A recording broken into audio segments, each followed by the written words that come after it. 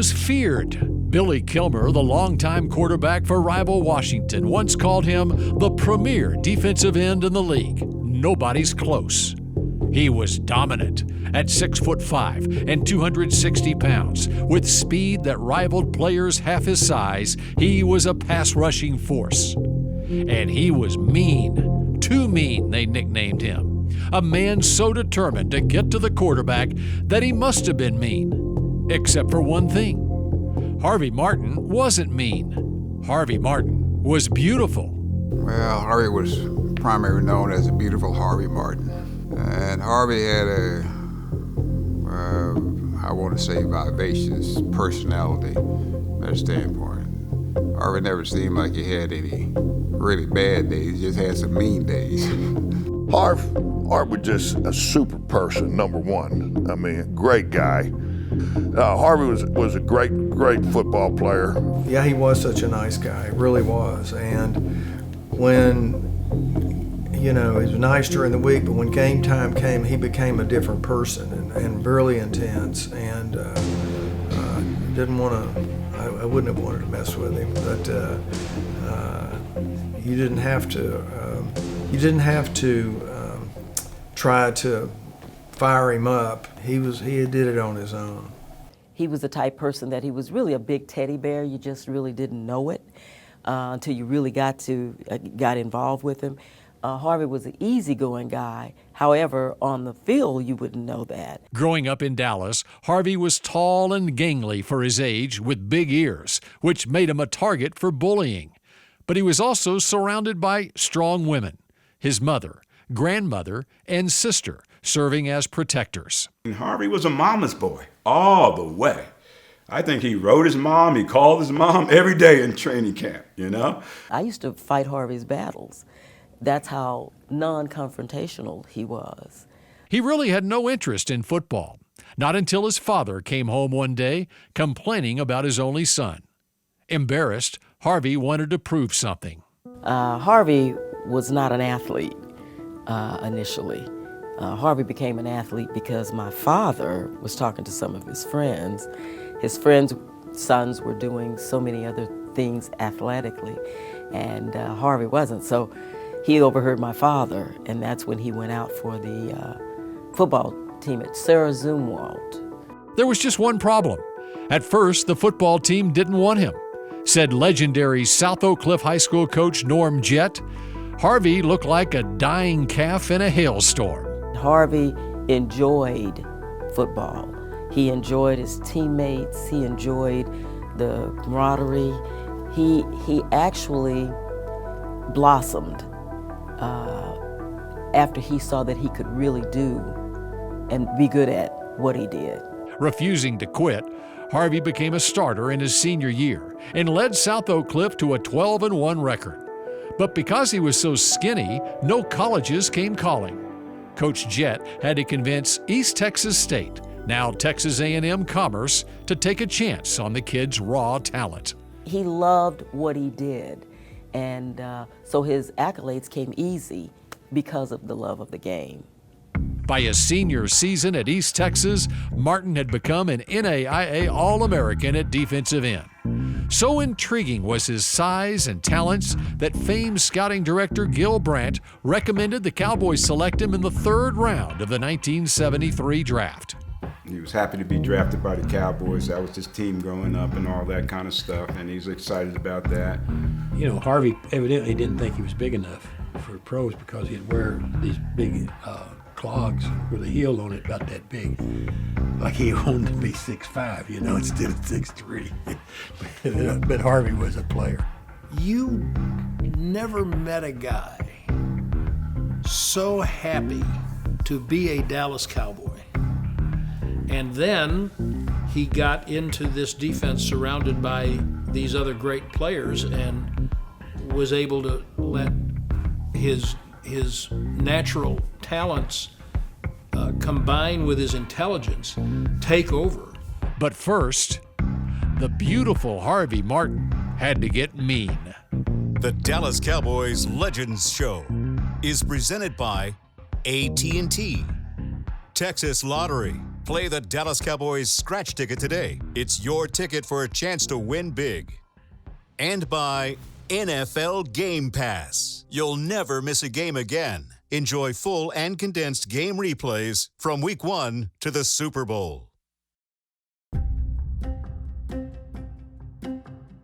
A reporter once said of Harvey Martin that he wasn't truly a football player. He was playing the role of football player. When he arrived at training camp, his talent was unquestioned, but his non-confrontational demeanor was becoming a problem. He was a little passive, when it came to the Cowboys, but he had athletic ability. He had talent. That's what they saw, and that's why they brought him in.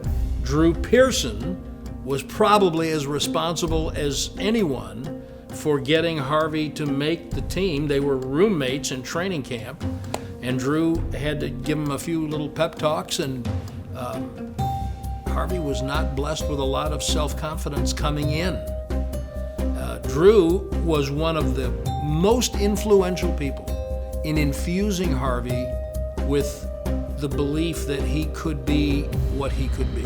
In truth, to play in the NFL, players must bring a certain edge, a win-at-all-cost mentality, something Harvey seemed to be lacking. Finally, Cowboys defensive coordinator Ernie Stautner laid it out for him. Change or get cut.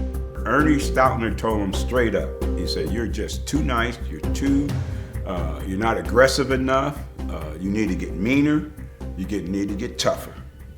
And Harvey came back to the room and he changed. I mean, he changed. Harvey had to learn the role of being a football player. He had to become someone he really wasn't. And almost immediately, his teammates noticed a difference on the field. He had to line up against this guy. He had a series of plays. Harvey come back to the sideline. He said, "Oh, that's a big SOB, man. Darn. Yeah, I didn't know they were all like that. This boy tried to pick me up and throw me down." And I said, "Well, Harvey, you're going to have to run around these guys, man, or run through them." So he ended up running around and then through guys like that. But it was a rookie year, and from that point on, they never had that concern again. What Ernie did was what Drew was doing in their room at night in training camp. Telling him to get mean, telling him to have confidence, telling him to go dominate. And so he had this great scowl. And that scowl was a part of his persona, but it wasn't really who Harvey Martin was. If he wanted to be a Dallas Cowboy, he had to get tougher, he had to get meaner, and he had to show the coaches that he is not going to be that catching guy, catching the blocks instead of delivering the impact. And he did it. He made the adjustment. I didn't think he could do it. Harvey already had not only immense talent, but also emotion. And now he had that required edge. He became a force. Harvey was similar to Randy. He didn't know the difference between the game and practice. Harvey didn't have any friends on the football field. If you were across the line for him, you expect to get knocked out just like anybody else. He didn't provoke any kind of problems with the other team. He never went that route. But he did go the route of trying to get us fired up, because Harvey was an emotional guy, and he wore his feelings on his sleeve. Of course, it wasn't just a change in attitude that made Harvey Martin great. Plenty of hopeful NFL players have attitude. What made Harvey different was he also had incredible physical abilities. Harvey Martin. Unknown and overlooked, Martin, number 79, was a sensation in his rookie year. Doubters who predicted this media would burn out the second time around soon squirmed with every quarterback Martin blew away. And then he was like, boom, boom, and go. It was all about quickness and speed with Harvey Martin. He was really fast and really quick, and could beat the defensive end, beat the offensive line with his quickness and his agility. It was just quickness, do a little hand fight thing and walk by the guy, run by him, or slide by him, and before you know it, you dip that shoulder and he's on the other side of him, and the quarterback's running for his life, and the guy who's trying to defend him running, trying to clip him. And then he do that up the field pass rush and then cut back inside and use that swim move and give him those kind of things. His technique was flawless. Man, he helped me a lot because keeping pressure on a quarterback helps a defensive back and a free safety have an easier job. Quarterbacks that stayed in the pocket, Harvey owned. The quarterbacks that moved out of that pocket, like Fran, he had to go chase. But if he stayed in that pocket, you can expect to get sacked at least once, if not multiple times, by Harvey Martin.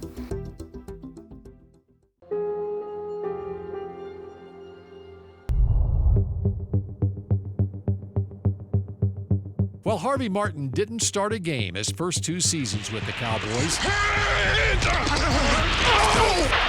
he still finished second on the team in sacks that first year with 10.5. He then followed that up by leading Dallas in his second campaign with 9 sacks. And he was a typically emotional Landry player. You know, that whole flex defense is almost designed to suck the emotion right out of you. And Harvey just had too much of it. And he was happy to be wearing this uniform, not just playing in the NFL. He had more appreciation for playing in this team than maybe any other player who ever played here. In Harvey's second season, Ed Jones joined the Cowboys as the team's #1 overall draft pick in 1974. With Martin at left defensive end and his counterpart bookended on the right side, they became a literal 1-2 punch for the next decade. Harvey had a motor that I liked, that never stopped. Played with a lot of emotion, a lot of intensity, and the thing I admired about him most is that he was there every Sunday with that same intensity. And when you have that kind of intensity, it spills over into your other teammates. Now, about the quarterback sacks this year, you told me once before your goal was 21. I know you had to catch somebody. Did you catch him? Unfortunately, I didn't. Well, I tell you, sometimes it's you can't do it when you try, but maybe next year, if you work hard at it in the off season, you might be able to do something about that. What do you think, Mr. Jones? All right, Harvey.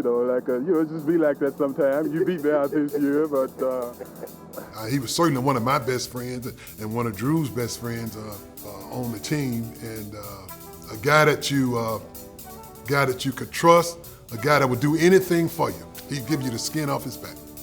That's rare and special. Harvey would go on to lead the Cowboys in sacks in both 1975 and 1976 as well, earning the first of 4 straight Pro Bowl invites after posting 14.5 sacks in that 1976 campaign. But that next season, in 1977, Martin reached a whole new level. It helped when a future Hall of Famer was moved to defensive tackle prior to the season. Harvey and I developed a bond our third year. I think Harvey, if they would keep track of the past sacks, Harvey leads the league of all time, but they don't give him credit for it. Indeed. Sacks did not become an official NFL stat until 1982, but the Cowboys kept track, and they recorded 23 sacks for Martin during that 1977 season. The recognized league record was set in 2001 by the New York Giants' Michael Strahan, who had 22.5. Because he had a Randy boy. They ruled at people. Flush it one way, they had to go the other way. We call Randy White manster around here, and that's, you know what a manster is. It's just half man, half monster. And he's the strongest man on the team, and he's a super competitor. I mean, the guy has only one speed, and it's top speed. We grew a friendship, and as long as on the field, but also off the field. Both White and Martin were named to the Pro Bowl in 1977, with Harvey also earning the only first-team All-Pro honor of his career. In addition, Harvey was named the NFL's Defensive Player of the Year, the first Cowboy to ever win the award. More importantly, Harvey and the top-ranked Doomsday Defense carried Dallas to Super Bowl XII, where they met quarterback Craig Morton, a former Cowboys teammate, and the Denver Broncos. Doomsday. Those were the guys that were, when you meet them, you expect to lose. I mean, doom, that's it.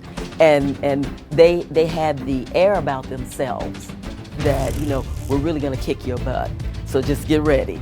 Squeeze 5 yards back, has the snap. Here comes the rush, he's up in the pocket. He is buried, fumble the ball. There's a chase for it, and the Cowboys have recovered. When we played Denver, Harvey was like, hey, I'm going to dinner and I'm having a feast. Because we got Craig. You know, first year we came here, Craig was at the Cowboys.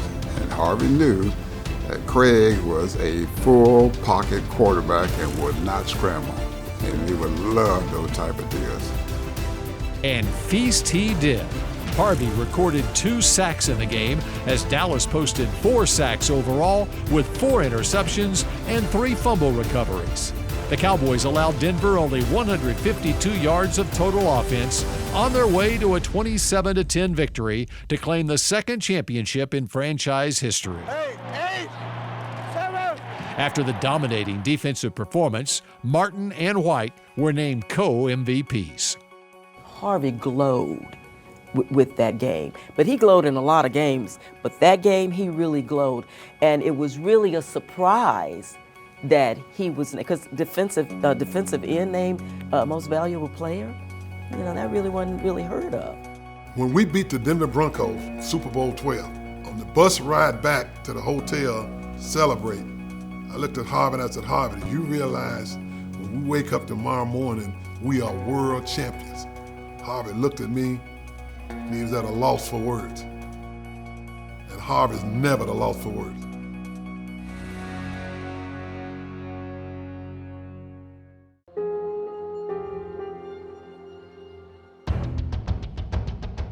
Harvey Martin would lead the team in sacks 3 more times and help the Cowboys reach the playoffs in each of his final 6 seasons. And he lived up to his Too Mean nickname when he famously threw a funeral wreath into Washington's locker room after Dallas defeated its rivals in the 1979 regular season finale. But again, off the field, he was just the opposite. He did a daily show on KRLD Radio called The Beautiful Harvey Martin Show. This is beautiful Harvey Martin coming to you on a pretty windy day here in a brisk, cold Dallas, Texas. And I guess you wonder why I call it the beautiful Harvey Martin Show today. He did reporting for KXAS TV and even got involved in community theater, playing the part of the devil in a production of Damn Yankees. Yeah, he's the devil. He's a funny devil, though. I'm trying to make him a cool devil. With an outgoing personality, a need for acceptance, and the fame that comes with being a cowboy, Harvey also enjoyed the Dallas social scene, often hosting extravagant parties. Perhaps even worse, in looking toward the future, he got involved in several business investments that eventually failed. He tried to open a nightclub called Lucifer's over by Fair Park area. We used to go down in there, hang out there. And a lot of those things that occurred was because he was concentrating on doing his football job and relied on some other people to help manage the personal side of the deal. It was a situation where Harvey just trusted other people, and they saw what they could do under Harvey's name, and they tried to do a little too much. And he learned that everyone is not your friend. And he also learned that you have to be very careful with the people you let in your circle. In 1983, tired of the grifters, the accusations of drug use, the constant pressure, he stated, "This city is full of hypocrites. One day this city will have to learn I'm a human being."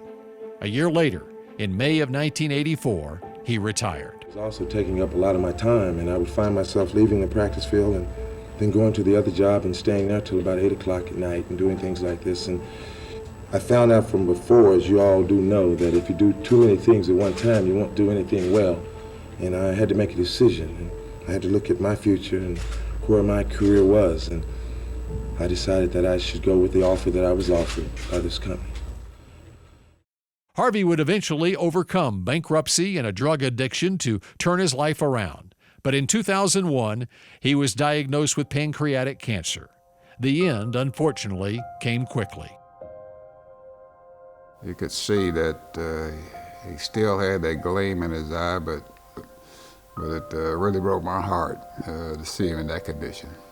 On Christmas Eve, I got that phone call from Harvey's mom saying that he had passed away. And that broke me down and hurt everything. Nearly 4 decades after his retirement, Harvey Martin remains one of the greatest players to ever wear the star. Yet there is one thing perhaps missing. Many who played alongside him feel he deserves recognition in the Cowboys' Ring of Honor. 23 sacks in a season, you know? Double digits every year. I mean, Super Bowl MVP, Defensive Player of the Year. No doubt about it. He was the leading sack guy for the Cowboys for a long time. Made so many great plays over the years. I mean, he's one guy that should be considered in the Ring of Honor, the Hall of Fame. They, Ed Jones, Harvey Martin, if it was up to me, they'd both be in the Cowboy Ring of Honor and they'd both be in the Pro Football Hall of Fame. I'd rather give up my spot in that Ring of Honor if they put Harvey in that place. I'll give up my spot. That's how strongly I feel about it. Still, a man who may have played the role of a football player will always be remembered as a legend in the vaunted history of the Dallas Cowboys. The Dallas Cowboys Legends Show was presented by AT&T, Texas Lottery. Play the Dallas Cowboys scratch ticket today. It's your ticket for a chance to win big. And by NFL Game Pass. You'll never miss a game again. Enjoy full and condensed game replays from Week 1 to the Super Bowl.